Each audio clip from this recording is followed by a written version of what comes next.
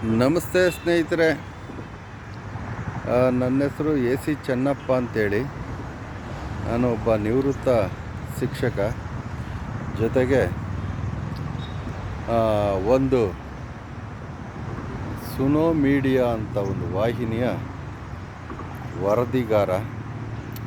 ಶ್ರೀಯುತ ಸ್ನೇಹಿತರು ಆದ ಟಿಪ್ಪು ವರ್ಧನ್ ಅವರು ನನಗೆ ಈ ಒಂದು ಕಾರ್ಯವನ್ನು ನಿಯೋಜಿಸಿದ್ದಾರೆ. ಮದ್ದೂರು ತಾಲೂಕು, ಮಂಡ್ಯ ಜಿಲ್ಲೆ, ಶಿಕ್ಷಕರ ಬಡಾವಣೆ ನನ್ನ ವಾಸ. ಸ್ನೇಹಿತರೆ, ನಾನು ಒಂದು ಪ್ರತಿಷ್ಠಿತ ಶಾಲೆ ಎಸ್.ಎಂ. ಕೃಷ್ಣಾಜಿಯವರ ಪ್ರತಿಷ್ಠಿತ ಶಾಲೆಯಲ್ಲಿ 30 ವರ್ಷ ಶಿಕ್ಷಕನಾಗಿ ನಿವೃತ್ತಿ ಹೊಂದಿದ್ದೀನಿ. ಗಣಿತ ವಿಜ್ಞಾನ ಶಿಕ್ಷಕನಾಗಿ ನಿವೃತ್ತಿ ಹೊಂದಿದ್ದೀನಿ ಸ್ನೇಹಿತರೆ. ಈಗ 23 ಮಾರ್ಚಿನಲ್ಲಿ 3 ವರ್ಷ ಕಳೆದಿದೆ. ಈಗ ಒಂದು ಸಾಮಾಜಿಕ ಏನು ಸಮಾಜದಲ್ಲಿ ಆಗುವಂಥ ಕುಂದುಕೊರತೆಗಳನ್ನು ಈ ಮೂಲಕ, ವಾಹಿನಿಯ ಮೂಲಕ ನಾನು ಸರಿಪಡಿಸಬೇಕು. ಸ್ವಚ್ಛ ಭಾರತ, ಅದರ ಅಡಿಯಲ್ಲಿ ಈ ನದಿಗಳನ್ನು, ಪರಿಸರವನ್ನು ಉಳಿಸಬೇಕು ಅಂಥೇಳಿ, ಸ್ವಚ್ಛವಾಗಿ ಇರಬೇಕು ಅಂಥೇಳಿ ಒಂದು ಉದ್ದೇಶ ಇಟ್ಕೊಂಡು ಒಂದಷ್ಟು ಕಾರ್ಯಗಳನ್ನು ಮಾಡ್ತಾಯಿದ್ದೀನಿ ಸ್ನೇಹಿತರೆ. ಹಾಗಾಗಿ ತಾಲೂಕಿನ ತಹಸೀಲ್ದಾರ್ ಅವರು ಸಮಾಜ ಸೇವೆ ಅಂತ ಅಂದ್ಬಿಟ್ಟು ಏನೋ ಒಂದು ಸನ್ಮಾನ ಕೂಡ ಮಾಡಿಬಿಟ್ರು ನನಗೆ. ಹಾಗಾಗಿ ಈ ಒಂದು ಸಮಾಜ ಸೇವೆ ಮಾಡಬೇಕು ಅಂತ ಅಂದಾಗ ನನಗೆ ಖುಷಿ ಆಗುತ್ತೆ. ಈಗ ನಾನು ನಿಂತಿರುವ ಸ್ಥಳ ನಮ್ಮ ಕೋಡಹಳ್ಳಿ, ಮದ್ದೂರು ಕೋಡಹಳ್ಳಿಯ ಬಳಿ ಇರ್ತಕ್ಕಂತಹ ಒಂದು ಯಂತ್ರಾಗಾರ. ಇಲ್ಲಿ ಸಣ್ಣ ನೀರಾವರಿ ಯೋಜನೆಯಡಿ ಒಂದು ಯಂತ್ರಾಗಾರವನ್ನು ಇಲ್ಲಿ ಮಾಡಿದ್ದಾರೆ. Lift irrigation. ನಾನು ಭಾಳಷ್ಟು ವೀಡಿಯೋಗಳನ್ನು ಇಲ್ಲಿ ಮಾಡಿದ್ದೀನಿ ಸ್ನೇಹಿತರೆ, ತುಂಬ ವೀಡಿಯೋಗಳನ್ನು ಮಾಡಿದ್ದೀನಿ. ಇಲ್ಲಿ ಈಗ ಮೊನ್ನೆ ಮಂಗಳವಾರ ಮಾನ್ಯ ಶಾಸಕರಾದ ಉದಯ್ ಅವರು ಇಲ್ಲಿ ಬಂದು ಒಂದು ತಡೆಗೋಡೆಯನ್ನು ನಿರ್ಮಾಣ ಮಾಡೋಕ್ಕೆ, ಈ ಒಂದು ಶಿಂಷಾ ನದಿಗೆ ತಡೆಗೋಡೆಯನ್ನು ನಿರ್ಮಾಣ ಮಾಡಿ ಈ ಒಂದು ಏನಿದು ಯಂತ್ರಾಗಾರ ಕಾರ್ಯನಿರ್ವಹಿಸಲು ನೀರನ್ನು ನಿಲ್ಲಿಸಿ ತಡೆಗೋಡೆ ಹಾಕಿ ಅದರಿಂದ ಕೆರೆಗಳನ್ನು ತುಂಬಿಸುವ ಕಾರ್ಯಕ್ಕೆ ಮೊನ್ನೆ ತಾನೇ ಇತ್ತೀಚೆಗೆ ಇಲ್ಲಿ ಶಂಕುಸ್ಥಾಪನೆ ನೆರವೇರುತ್ತಂತೆ. ಅದನ್ನು ನಾನು ಪತ್ರಿಕೆಯಲ್ಲಿ ನೋಡಿದೆ ಸ್ನೇಹಿತರೆ. ನಿಜವಾಗ್ಲೂ ಬಹಳ ಕೃತಜ್ಞತೆಯನ್ನು ಸಲ್ಲಿಸಬೇಕು ಅವ್ರಿಗೆ. ಏನಿದು ಇಲ್ಲಿ ನಿರುಪಯುಕ್ತವಾಗಿ ಇರ್ತಕ್ಕಂತಹ ಒಂದು ಏನು ಶಿಂಷಾ ಯಂತ್ರಗಾರ, ಇದು ಶಿಂಷಾ ನದಿಗೆ ಒಂದು ಲಿಫ್ಟ್ ಇರಿಗೇಷನ್ ಹಾಕಿರೋದು ಸತ್ಯ. 8-9 ಕೋಟಿ ಖರ್ಚು ಮಾಡಿ 2019ರಲ್ಲಿ ಇದು ನಿರ್ಮಾಣ ಆಗಿದೆ ಸ್ನೇಹಿತರೆ. ಆದರೆ ನಿರ್ಮಾಣದ ಕಾಲದಲ್ಲಿ ಈ ಒಂದು ಕಾನ್ಸೆಪ್ಟು ಏನಪ್ಪ, ಇಲ್ಲೊಂದು ತಡೆಗೋಡೆ ನಿರ್ಮಾಣ ಮಾಡಬೇಕು ಅನ್ನೋದು ಪಾಪ ಇಂಜಿನಿಯರ್ಗೆ ತಿಳಿದಿರಲಿಲ್ಲ ಅಂತ ಕಾಣಿಸ್ತದೆ. ನಾನು ಕೆಲವಾರು ವಿಡಿಯೋಗಳಲ್ಲಿ ಇಲ್ಲೊಂದು ತಡೆಗೋಡೆ ಹಾಕಬೇಕು ಅಂತ ಅಂದ್ಬಿಟ್ಟು ಭಾಳಷ್ಟು ವಿಡಿಯೋಗಳನ್ನು ಹಾಕಿದ್ದೀನಿ. ನನ್ನ YouTube channel Chennappa A C ಅಂತೇಳಿ, ಅದರಲ್ಲಿ ತಾವು ನೋಡ್ಬೋದು. ನನ್ನ ಮೊಬೈಲ್ ನಂಬರ್ 96 321 31 831 ಸ್ನೇಹಿತರೆ. ತಾವು ಚರ್ಚೆಗೆ ಬನ್ನಿ, ನಾನು ಅದಕ್ಕೆಲ್ಲ. ಹಾಗೆಯೇ ಒಂದು 2 ವರ್ಷಗಳ ಹಿಂದೆ ಇಲ್ಲಿ ಇದೇ ಸ್ಥಳದಲ್ಲಿ ಒಂದು JCPಯನ್ನು ತರಿಸಿ ನಮ್ಮ ಹಿರಿಯ ವಿದ್ಯಾರ್ಥಿ ಚಲುವರಾಜು ಅಂತೇಳಿ, ತೈಲೂರಿನ ಚಲುವರಾಜು, ಈಗ ತಾಲೂಕು ಬ್ಲಾಕ್ ಅಧ್ಯಕ್ಷ ಆಗಿದ್ದಾರೆ. ಅವರು ಸಹಾಯದಿಂದ ಕೆರೆಗೆ ನೀರನ್ನು ಕೂಡ ತುಂಬಿಸಿದ್ದೆ ಸ್ನೇಹಿತರೆ. ರುದ್ರಾಕ್ಷಿಪುರ ಕೆರೆಗೆ ನೀರನ್ನು ತುಂಬಿಸಿದ್ದೀನಿ.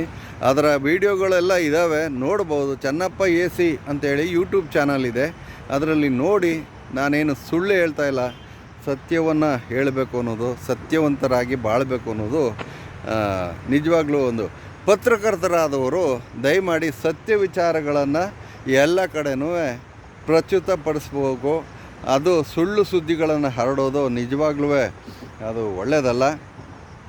ಒಂದು ಸರ್ಕಾರ ಕೂಡ ಅಷ್ಟೇ ಇಂಥ ಉಪಯುಕ್ತ ಕೆಲಸಗಳನ್ನು, ಏನು ರೈತರು ಬದುಕಬೇಕು, ರೈತ ಈ ದೇಶದ ಬೆನ್ನೆಲುಬು ಅಂತ ಹೇಳ್ತಾರೆ.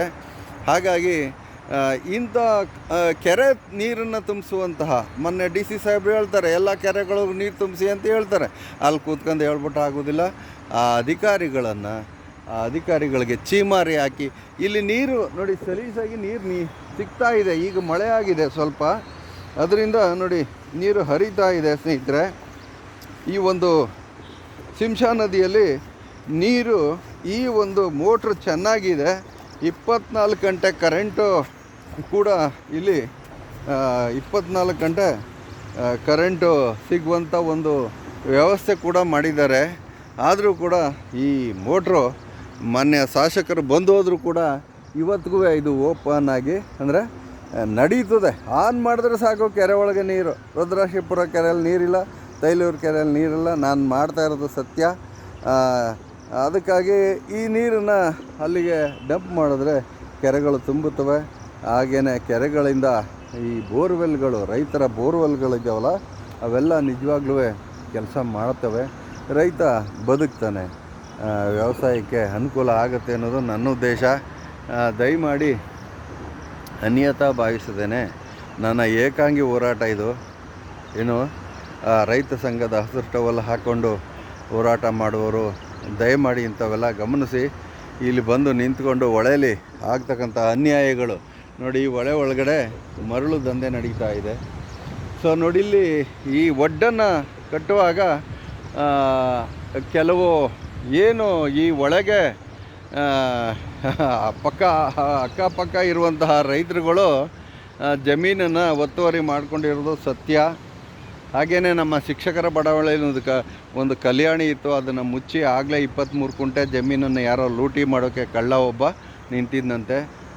ಮನೆ ಏನು ತಹಸೀಲ್ದಾರ್ ಸಾಹೇಬರು ಬಂದು ಅದನ್ನು ಪತ್ತೆ ಮಾಡಿ ಉಳಿಸಿದ್ದಾರೆ. ಅಲ್ಲಿ ಪಾರ್ಕ್ ಮಾಡಿಕೊಡ್ತೀನಿ ಅಂತ ನಮ್ಮ ಸಾಹೇಬರು ಕೂಡ ಹೇಳಿದ್ರು, ಶಾಸಕರು. ಹಾಗಾಗಿ ಈ ಒಳ್ಳೆ ಕೆಲಸಗಳು ನಡಿಬೇಕು. ಆಮೇಲೆ ಏನು ಕೆರೆಗಳ ಹೂಳೆತ್ತು ಕೆಲಸ ನಡೀತಾ ಇದೆ. ಸೂಳೆಕೆರೆ 190 ಎಕರೆ ಅಲ್ಲಿ ಗುಳಮ್ ಆಗಿತ್ತಂತೆ, ಅದನ್ನು ಉಳಿಸಿದ್ದಾರೆ. ಸರ್ಕಾರಿ ಜಮೀನನ್ನು ಉಳಿಸಿ ಸರ್ಕಾರವೇ ಬಳಸ್ಕೊಳ್ಳೋದು ಸೂಕ್ತ. ಭಾಳಷ್ಟು ಏನು ಕಾಡು ಕೂಡ ಇದರಿಂದ ಬೇಕಾದಷ್ಟು ಜನ ಲೂಟಿ ಮಾಡಿರೋದು ಸತ್ಯ. ಅದು ಇಲ್ಲಿ ಕೋಡಹಳ್ಳಿ ಬಳಿ 75 ಎಕರೆ ಉಗ್ರನರಸಿಂಹಸ್ವಾಮಿ ದೇವಸ್ಥಾನದ ಕೊಡುಗೆ ಜಮೀನು ಇವತ್ತಿಗೂ ಹಾಗೇ ಉಳಿದಿದೆಯಂತೆ. ಇಲ್ಲಿ ಬ್ರಿಡ್ಜ್ಗಳು ಕೆಲಸ ನಡೆದಾಗ ಇಲ್ಲಿ ಒಂದಷ್ಟು ಜಮೀನು ಹೋಯ್ತಂತೆ. ಆದರೆ ಪಾಪ ಅವರ ಹೆಸರಲ್ಲಿ ಜಮೀನು ಇಲ್ಲದ ಕಾರಣ ಅವ್ರಿಗೆ ದುಡ್ಡು ಸಿಕ್ಕಲಿಲ್ವಂತೆ. ನೋಡಿ, ಇಲ್ಲಿ ಈ ಒಂದು ಬ್ರಿಡ್ಜು ಕಟ್ಟಿದ್ದಾರೆ. ಇದು ಒಂದು ಫ್ಲೈ ಓವರ್ ಬೆಂಗಳೂರಿಂದ ಮೈಸೂರಿಗೆ ಇದರ ಒಂದು ಸಂಪರ್ಕ. ಹಾಗಾಗಿ ದಯಮಾಡಿ ಸರ್ಕಾರಿ ಜಮೀನನ್ನು ಸರ್ಕಾರವೇ ಉಳಿಸ್ಕೊಳ್ಬೇಕಾಗಿರೋದು ಧರ್ಮ. ಅದನ್ನು ಬೇರೆಯವರು ಕಬಳಿಸೋಕ್ಕೆ ಬಿಡಬಾರ್ದು. ನೋಡಿ, ಇಲ್ಲಿ ಪಾರ್ಕ್ ಮಾಡಬೇಕು ಅನ್ನೋದು ನನ್ನೊಂದು ಉದ್ದೇಶ.